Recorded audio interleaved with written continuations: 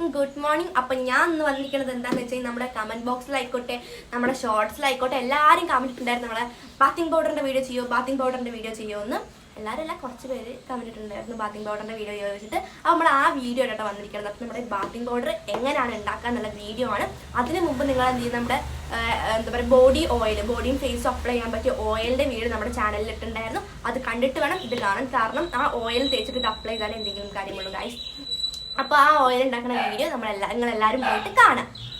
അപ്പോൾ നമുക്ക് ഈ ബാത്തിങ് പൗഡർ എങ്ങനെ ഉണ്ടാക്കണം നമുക്ക് നോക്കാം. ആദ്യം നമ്മൾ എടുക്കുന്നത് ഗോതമ്പ് പൊടിയാണ് കേട്ടോ.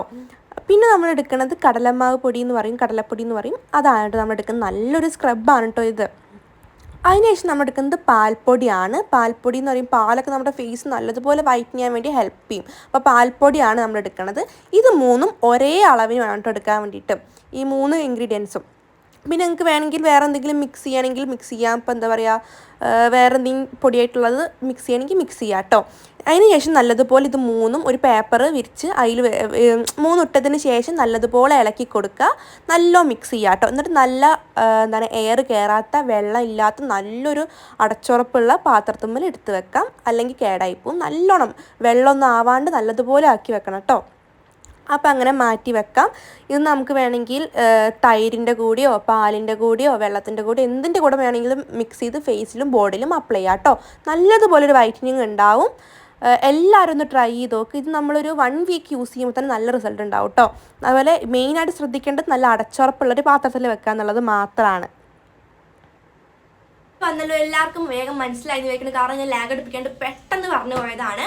അപ്പോൾ നമ്മുടെ ഈ ബാത്തിങ് പൗഡർ അതിൽ കണ്ണൊന്നും ഇതിൽ കാണാത്ത വ്യത്യാസമില്ലേ? ഈ മഞ്ഞ കളർ കണ്ടാൽ നിങ്ങൾക്ക് മനസ്സിലാവും. ഞാൻ അതിലേക്ക് വേറൊരു സ്പെഷ്യൽ ഇൻഗ്രീഡിയൻറ്റും പാടെ ചേർത്തിക്കുന്ന വേറെ ഒന്നുമല്ല, നമ്മുടെ എന്താ പറയുക കസ്തൂരി മഞ്ഞളാണ് കേട്ടോ.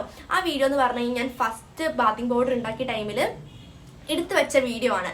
അപ്പോൾ ആ ടൈമിൽ ഞാൻ യൂസ് ചെയ്യുന്നത് അത് നല്ല റിസൾട്ട് തന്നെയാണ്. പക്ഷേ അതിനെക്കാട്ടും കുറച്ചും പാടെ റിസൾട്ട് എനിക്ക് ഇതിൽ തോന്നുന്നു. കസ്തൂരി മഞ്ഞൾ ചേർക്കുമ്പോൾ എന്താ പറയുക ഒരു ഇരട്ടി റിസൾട്ട് കിട്ടുന്ന പോലത്തെ ഒരു ഫീലാണ് കേട്ടോ. പിന്നെ ഇതെങ്ങനെ നമുക്ക് യൂസ് ചെയ്യാൻ നോക്കാം. ഞാനൊരു ഓയിലിൻ്റെ വീഡിയോ ഇട്ടുണ്ടായിരുന്നു. നിങ്ങൾ ആ ഓയിൽ ഫേസിലും ബോഡിയിലും കയ്യിലും കാലിലും മുഖത്തും കഴുത്തും ഒക്കെ തേച്ചതിന് ശേഷം ഒരു മണിക്കൂറോ അരമണിക്കൂറോ വെയിറ്റ് ചെയ്യുക.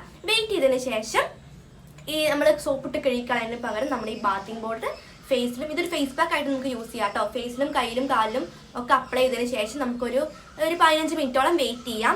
അതിനുശേഷം നമുക്ക് എന്ത് ചെയ്യാം, നല്ല സ്ക്രബ് ചെയ്ത് വാഷ് ചെയ്ത് കളയാം കേട്ടോ. ഫേസും ബോഡിയും ഒക്കെ നല്ല വൈറ്റൻ ആകാൻ വേണ്ടിയിട്ട് നല്ലതുപോലെ ഹെൽപ്പ് ചെയ്യും. അപ്പോൾ എല്ലാവർക്കും മനസ്സിലായി. നിങ്ങൾക്ക് എന്തെങ്കിലും ഡൗട്ട് ഉണ്ടെങ്കിൽ നമ്മൾ കമൻറ്റ് ഇടാം. പിന്നെന്താ, നിങ്ങൾ കമൻറ്റ് ഇടുമ്പോൾ എനിക്ക് വീഡിയോസ് വീണ്ടും ചെയ്യാൻ ഭയങ്കര ഒരു ഇൻസ്പിറേഷൻ ആയിരിക്കും. പിന്നെന്താ, അതേപോലത്തെ അടിപൊളി വീഡിയോസ് ആയിട്ട് നമുക്ക് ഇനിയും കാണാം. അപ്പോൾ നിങ്ങൾ സബ്സ്ക്രൈബ് ചെയ്യുക, പിന്നെ കമൻറ്റ് ഇടുക, ലൈക്ക് ഇടുക. എന്താ പറയുക, ഇത് യൂസ് ചെയ്ത് റിസൾട്ട് കിട്ടുകയാണെങ്കിൽ അതും കമൻറ്റ് എടുക്കാൻ ഭയങ്കര സന്തോഷമാണ്. പിന്നെന്താ, പുതിയ വീഡിയോ ആയിട്ട് വരുന്നത് വരെ ബൈ ബൈ.